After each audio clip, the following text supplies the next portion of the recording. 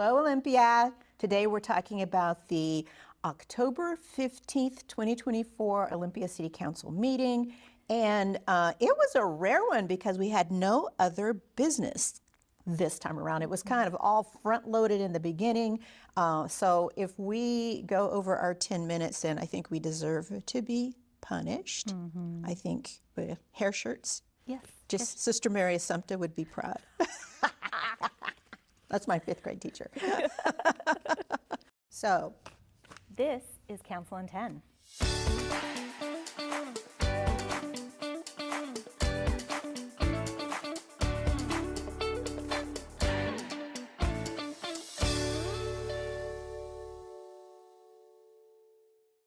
for the record, I'm Kelly Purse-Brasek. And I'm Susan Grisham. If this is your first time joining us for Council in 10, this is our attempt to recap the council meeting that happened last night.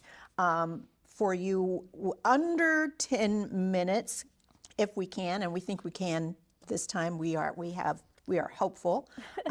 So if you were too busy curled up with a glass of wine and your voter's pamphlet to watch an entire meeting, Council in 10 is a show for you. Okay, all right, Susan, let's do it. Bam. Okay, so we opened the meeting, roll call. Mayor Pro Tem Wen was joining us via Zoom, and Councilmember Gilman was excused, and the agenda was approved. Okay, so from there we went straight into a couple of public hearings.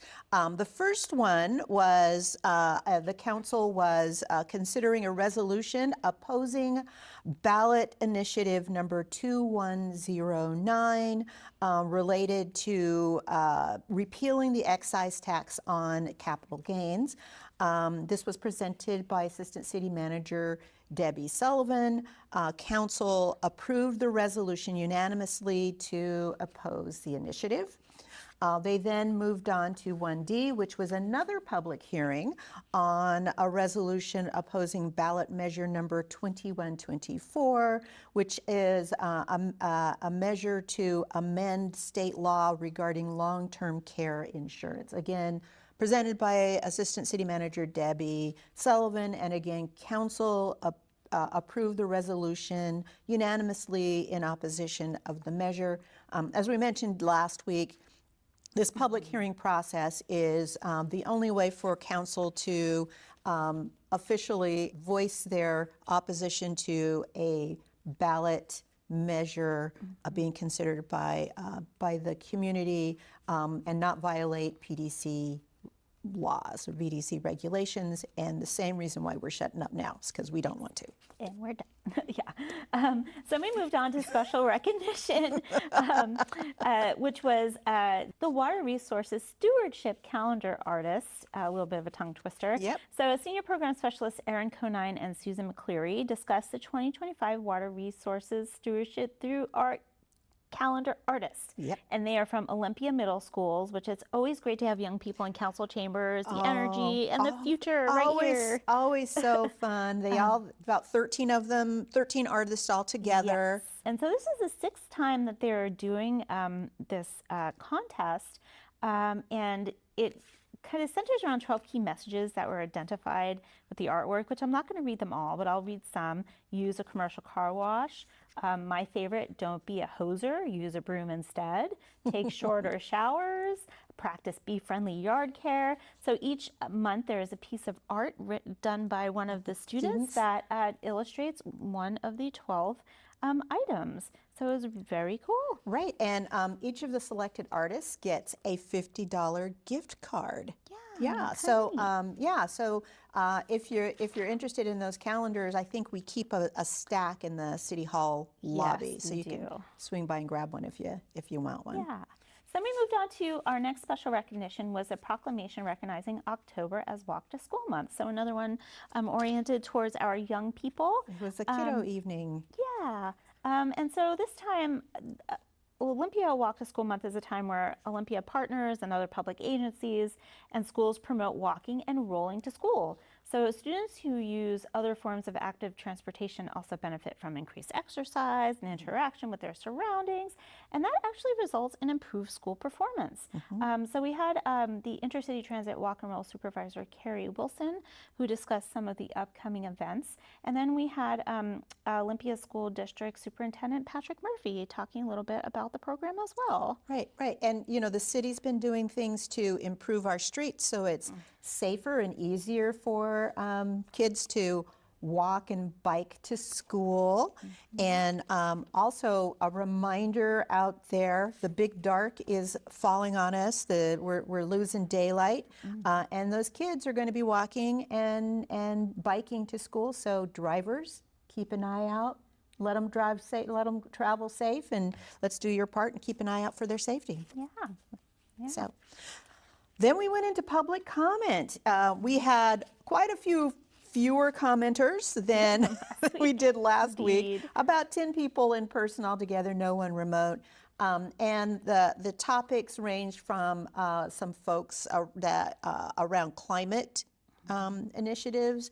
And we had still some folks here to speak to the council consideration of minimum wage and workers' bill of rights. And then we had some folks from the community from the Olympia Historical Alliance also here encouraging the city to support a museum. And we'll actually have, they're interested in the city building at 108 State, and the city manager let the community know that we'll have an update around 108 State coming up here real soon. So after public comment, we moved on to the consent calendar, and the council actually pulled for separate action the third quarter budget amendment item because they wanted to amend the ordinance to remove additional items for police equipment, vehicles, and radios, that sort of thing. It's about $437,000. They took it out because there's still some process that has to happen around that. They haven't actually had a chance to talk about that. So we want to make sure that that we don't get ahead of our process on these budget items, and the council and community has a chance to sort of air it out and take a look and make sure before we move it forward. So we just did that. So it'll come back after some conversation. So because we had no other business, they went directly into reports, and the community knows that this week on Monday we celebrated Indigenous Peoples Day, and the mayor reported on a joyous celebration at Squaxin Park with the Squaxin Island Tribe in celebration of Indigenous Peoples Day. Also, let us know about the meetings will be starting 5:30 at 5:30 the next couple of weeks. Yes. Right. Yeah. And I guess next week we're doing a study session. Yeah. So you won't see us because we don't recap study sessions. Yes. But highly recommend you watch that one, and it'll be around the minimum wage discussion, a budget update, And the comp plan, which is super important. That is the community's vision for the next 20 years. So we're updating that, and that work is ongoing and long-term. Yeah, So, kind of a juicy meeting. Yeah. And then there was no other business, but we had an executive session.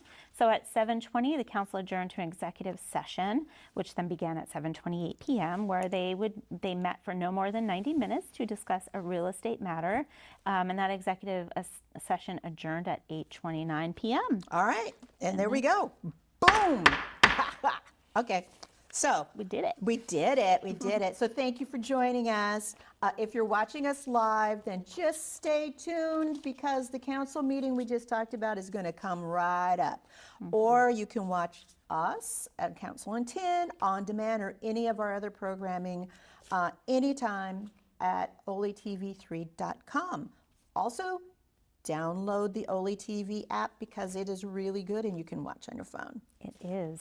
And if you want to watch a council meeting live and in person, you could always come hang out with us on a Tuesday night. We're usually here at 6 p.m. most Tuesdays, except for next two. They're 5:30. 5:30. But we'll see you then. Whenever we're here, we'll save a seat for you. And with that, We're We are adjourned. adjourned.